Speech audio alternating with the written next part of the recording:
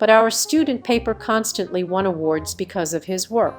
I told him I was having trouble in English, and could he please look over my paper and give me advice.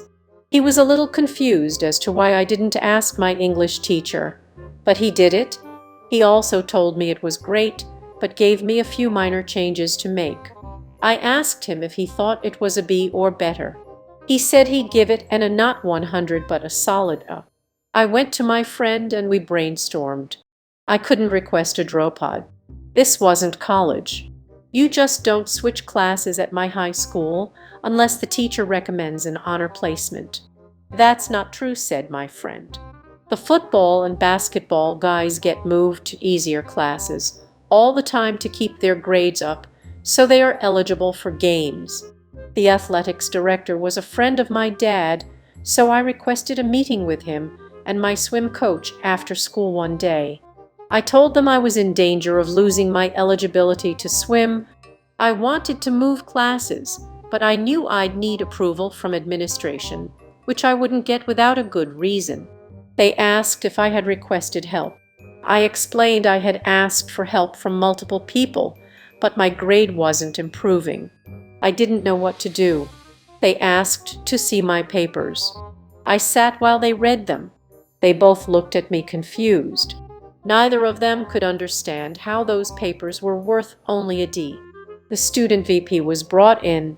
He asked who helped me. I explained my friend he knew who she was, again future valedictorian, and she had even asked her AP English teacher to look it over for advice. I had also asked my newspaper teacher to help. Student VP asked if I had ever actually asked my teacher for help. I smiled and handed him the 3 revised versions of paper number 3 with Ms. Umbridge's red ink all over them. He frowned.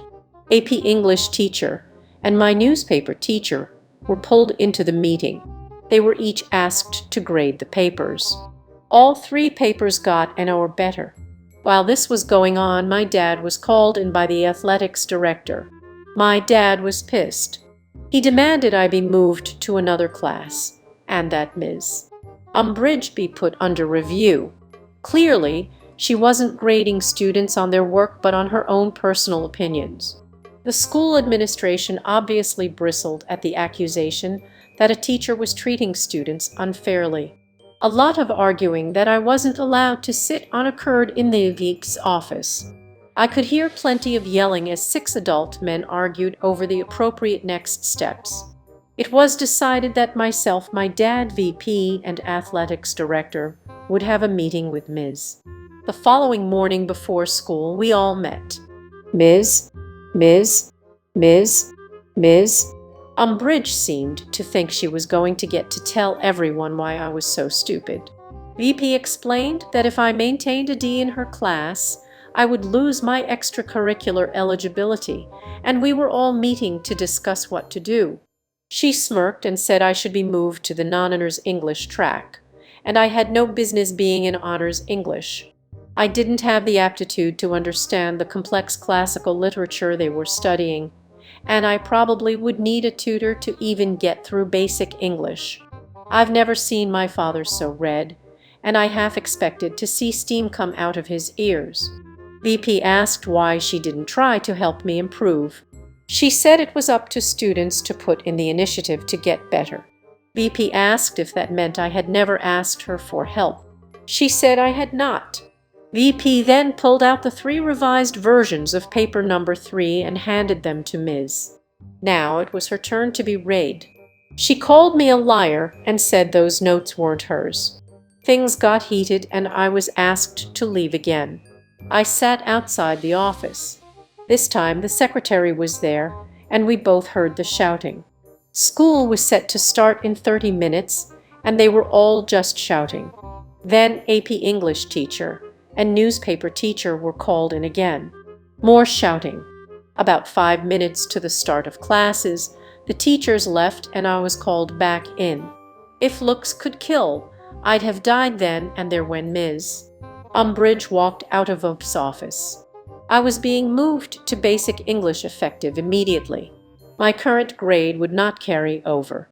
I would not need to make up any past assignments, and new teacher would be instructed to grade me only on the assignments going forward.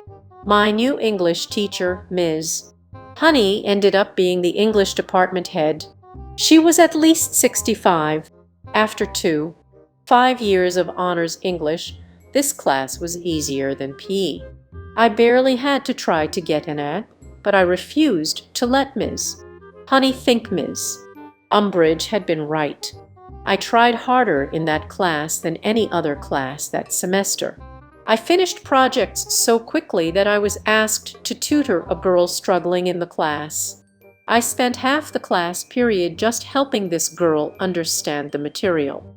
I helped her go from a C to a B. I got something like 104 in the class. At the end of the semester, Ms. Honey called me into her office during study hall. She was recommending I return to honors English for senior year. I must have looked panicked because she assured me Ms. Umbridge would not be my teacher. In fact, she would not be anyone's teacher. She was leaving at the end of the school year. Umbridge was only in her late 20s and unmarried, too early to retire, and my high school was in one of the best-paying school districts in the state. I knew what leaving meant, but Ms. Honey still explained that I was put in her class on purpose. The school administration trusted Ms. Honey to determine the truth of Ms. Umbridge's claim that I was basically a lying idiot. Honey stated I very clearly belonged in honors English. She apologized if her class had not been challenging enough for me. I cried. I mean full-on ugly, snot cried. I didn't realize it, but part of me had actually believed Ms. Umbridge up until that moment. Honey hugged me and consoled me. I spent senior year in honors English and spent my study hall tutoring Ms. Honey's struggling students.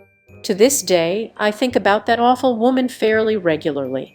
My career is strongly writing-based, and I still worry obsessively over my writing. I hope she never taught again, because she wreaked havoc on my self-confidence. Edit I fixed the wreck. Edit extro holy mother forking shirt balls. Guys, I did not expect this response. Golden front page. God. Thank you, Gold Giver. I'm not sure what that means, but I'm going to figure it out. I also want to say I'm sorry to everyone posting their own Ms. Umbridge stories. It's sad so many exist out there wreaking havoc on self-conscious teens. Don't let your Umbridge keep you down. You are better than Umbridge. Go out and do exactly what your Umbridge said you shouldn't do, because fork her. The fat dink. Edit 3 everyone private messaging me nice things, you are sweet people. Thank you. I promise though I am okay now. I am in my 30s with a job I love. I think about this story regularly because of a volunteer organization I take part in. While I have the soapbox, might I recommend TUPS, Posterid, Come Read Aloud programs, ATML. It is a great program that helps children practice reading in a safe environment. Unmuth recommends POR, Thinking Outside Ithikage, Orgzitic, Elquiotia 6, 8,454,440 civic, 9 Civinor programs. Love to you nice folks. This comment is from Mad Mulvin. This is great and well written. This comment is from Rianne Mober. Love the Harry Potter and Matilda references. This comment is from Onamal and Sivin. Would you give it above a B though? That was Reddit Reads r/ProRevenge. If you like this content, please subscribe and click the bell icon so you are notified of new uploads. We upload new videos every day. Also subscribe to our Patreon, as that will help us a lot. See you next time.